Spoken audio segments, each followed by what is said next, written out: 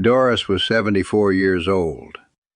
Lived in the same house in Jacksonville, Florida for 31 years. Raised 3 kids there.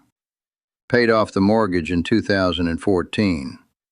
That home was worth $420,000, her single largest asset. Then Doris had a stroke.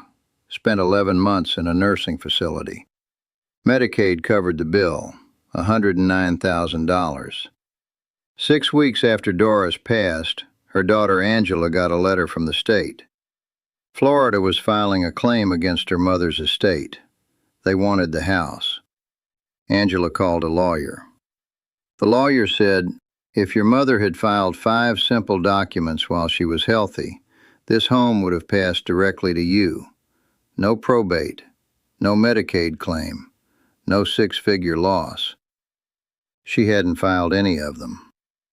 This video is the 5 documents every homeowner over 60 needs to have on file before it's too late. Most of them cost less than $100. Some are free, and almost nobody files them. I'm Joshua with Senior Benefits Decoded. I am not a lawyer, I am not a financial advisor. I'm a researcher who reads the laws so you don't have to. Everything I share today comes from official government sources. IRS, Medicaid, your county assessor's office. The links are in the description. If this video helps one person protect their home, then hit that subscribe button right now so I can keep making these. Let's get into it. Document number 1. The homestead exemption application. This is the single most valuable one-page form a homeowner can file, and according to AARP Foundation, more than 9.3 million seniors who qualify for property tax relief have never applied. Only 8% of eligible seniors actually file. A homestead exemption reduces the taxable value of your primary residence. Every state has some version of this.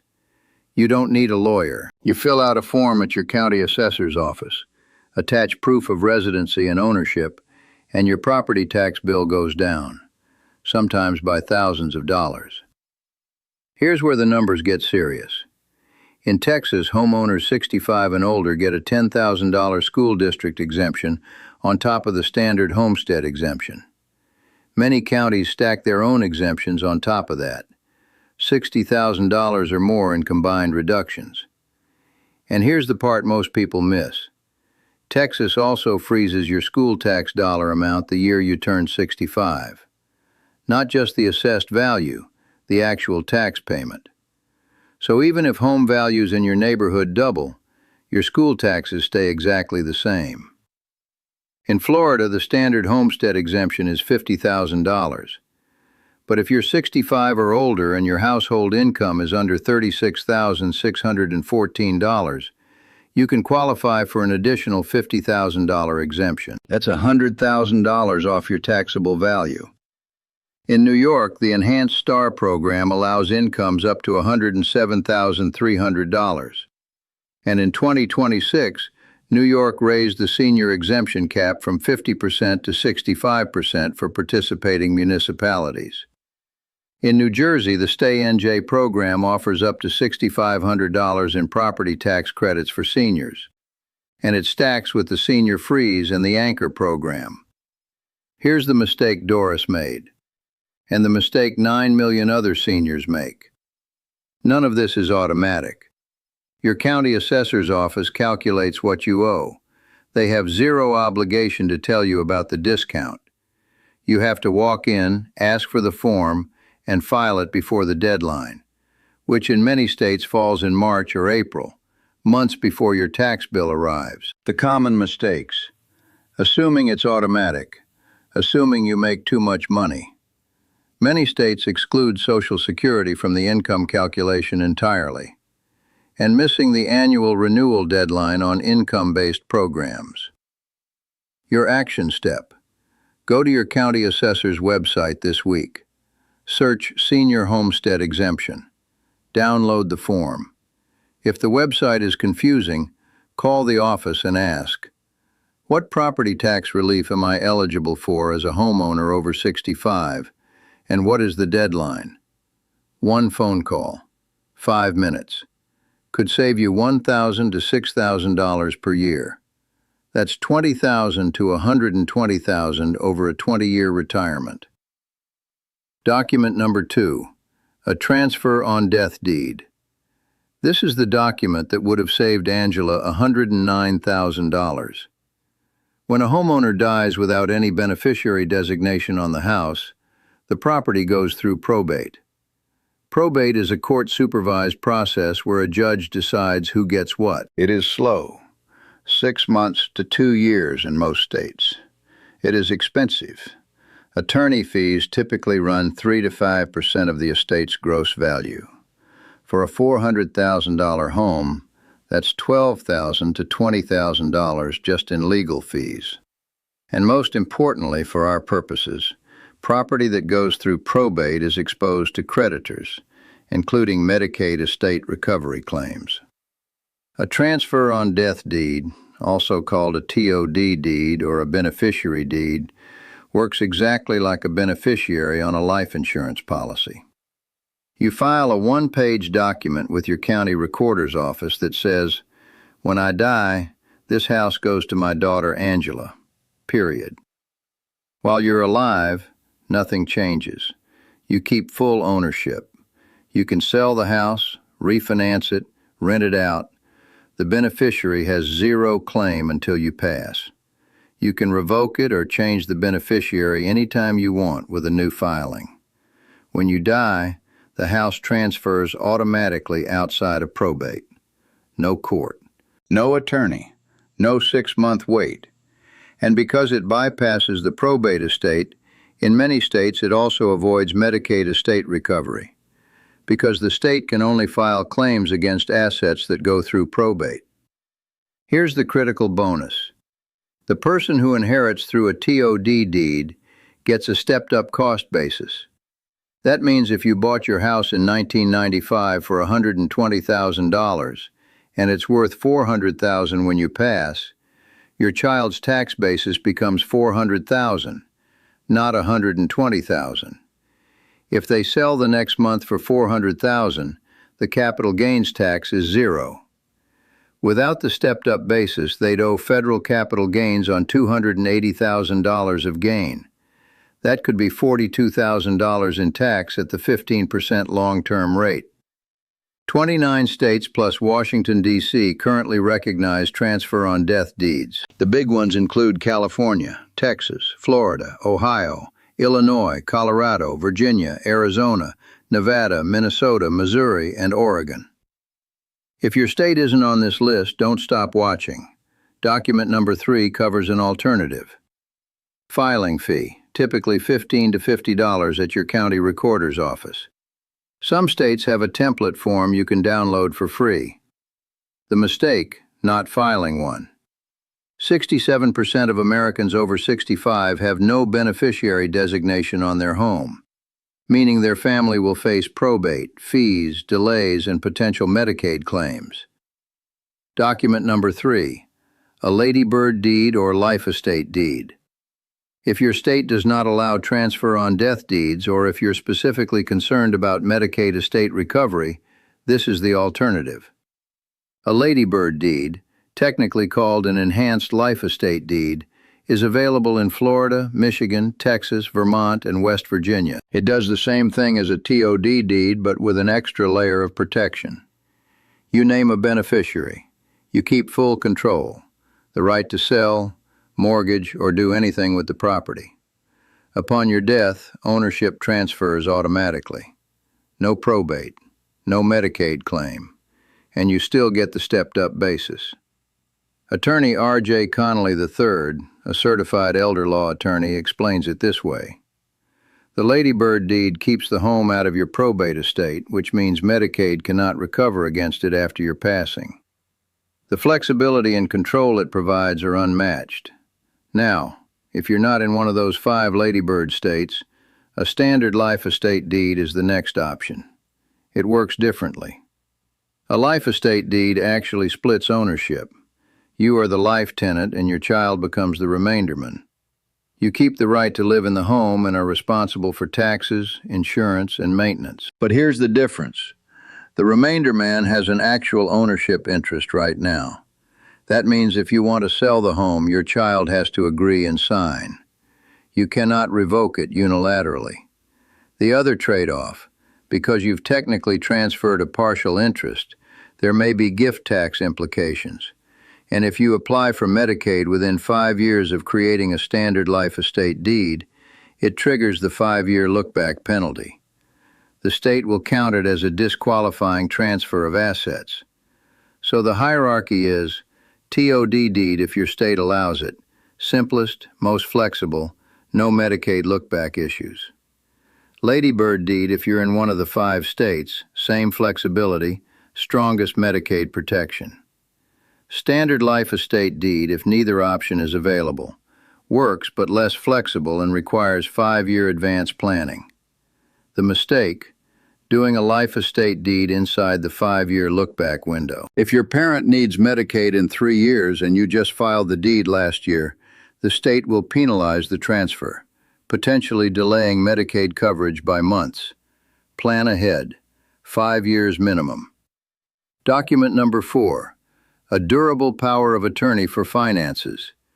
This is not specifically about your house, but without it, your house could be lost anyway. A durable power of attorney is a legal document that lets someone you trust, your spouse, your adult child, your sibling, handle your financial affairs if you become incapacitated. Durable means it remains in effect even after you lose the ability to make decisions. A regular power of attorney dies the moment you're incapacitated, which is exactly when you need it most. Why does this matter for homeowners?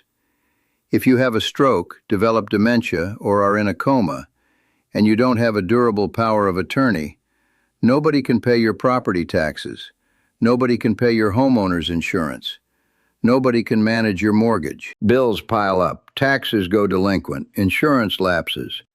And without a power of attorney, your family's only option is to go to court and petition for a legal guardianship, which costs $5,000 to $15,000 in attorney fees, takes months, and puts a judge in charge of your finances instead of the person you would have chosen. Meanwhile, if your property taxes go unpaid for 2 to 3 years, depending on your state, the county can sell your home at a tax sale. If your insurance lapses and a pipe bursts or a tree falls, the damage comes out of your equity or your family's pocket. The durable power of attorney prevents all of this. It costs $100 to $300 if you have an attorney draft it. Some legal aid organizations prepare them for free for seniors. Mistake number 1, not having one at all. 56% of adults over 65 lack a power of attorney. Mistake number 2, making it a springing power of attorney that only activates upon a doctor's certification of incapacity. Sounds logical, but in practice, getting 2 physicians to formally certify incapacity while you're in a hospital bed creates delays and complications. Most elder law attorneys recommend an immediately effective, durable power of attorney with a trusted agent. Mistake number 3, naming only one agent with no backup. If your agent can't serve, they're ill, they've moved, they've passed, you're back to square one. Document number 5, an irrevocable trust for Medicaid planning. This is the most powerful document on the list. It's also the most misunderstood. An irrevocable trust is a legal container. You transfer your home into the trust. A trustee, usually your adult child or a professional, manages it. You retain the right to live in the home for the rest of your life. But legally, you no longer own it. The trust does. Why does this matter? Because when you apply for Medicaid to cover nursing home costs, which average $8,000 to $10,000 per month in 2026, Medicaid looks at your assets. If you own a $400,000 house, that's a countable asset in some states after you enter a facility. But if the house is in an irrevocable trust and the transfer happened more than 5 years ago, it's no longer yours. Medicaid cannot count it. And after you pass, Medicaid cannot file an estate recovery claim against it, because it was never in your estate. The 5-year lookback is the crucial number. Medicaid examines every asset transfer you made in the 60 months before your application. If you transferred your home into a trust 3 years ago and then apply for Medicaid, the state imposes a penalty period, meaning Medicaid won't cover your care for a calculated number of months. That could mean $100,000 or more in out-of-pocket nursing home costs. But if you plan 5 years ahead and the trust is properly drafted, the home is fully protected. The cost: $1,500 to $5,000 for an elder law attorney to set up the trust. Compare that to the average Medicaid estate recovery claim, which according to the Medicaid Planning Assistance Organization ranges from $40,000 to $200,000. The mistake: waiting too long. The average age of someone entering a nursing facility is 79. Subtract 5 years for the look-back. That means you should be having this conversation at 74 at the latest, ideally at 65. The earlier you act, the more options you have. Second mistake: using a revocable trust instead of an irrevocable trust. A revocable trust does not protect against Medicaid because you still control the assets. For Medicaid planning, it must be irrevocable. Let's come back to Doris. She owned a $420,000 home free and clear in Jacksonville. No homestead exemption application. She overpaid property taxes by about $2,800 a year for 9 years. That's $25,200 gone. No TOD deed, no ladybird deed. The house went through probate. Attorney fees, $18,000. Probate took 14 months. No irrevocable trust. Medicaid filed a $109,000 estate recovery claim. No durable power of attorney. When she was incapacitated after the stroke, her family spent $11,000 getting an emergency guardianship. Total cost to the family: $163,200. 5 documents. Total cost to file them: roughly $3,000 to $6,000. Net savings: over $126,000. That's not theoretical, that's math. Here's your checklist. Do these in order. Step 1. Call your county assessor's office this week. Ask what senior property tax exemptions you qualify for. File the application before the deadline. Check if you need to renew annually. Step 2. Look up whether your state allows transfer on death deeds. If yes, download the form from your county recorder, name your beneficiary, and file it. Cost: $15 to $50. Step 3. If you're in Florida, Michigan, Texas, Vermont, or West Virginia, ask an elder law attorney about a ladybird deed instead. If your state allows neither TOD nor ladybird deeds, discuss a standard life estate deed, but only if you're at least 5 years away from needing Medicaid. Step 4. If you don't have a durable power of attorney, get one. Today. Not next month. Not next year. Today. $100 to $300. Name a primary agent and a backup. Step 5. If you're 65 or older and own a home worth more than $100,000, schedule a consultation with a certified elder law attorney about an irrevocable trust. The 5-year clock starts the day you fund the trust. Every day you wait is a day closer to the look-back window. Next week, I'm covering the 7 states that are secretly taxing your Social Security that the IRS already taxed once. If you're in one of those states, you could be losing thousands and not even know it. Hit subscribe so you don't miss it. Drop a comment below. Which of these 5 documents have you already filed? I read every single one. I'm Joshua. This is Senior Benefits Decoded. I'll see you in the next one.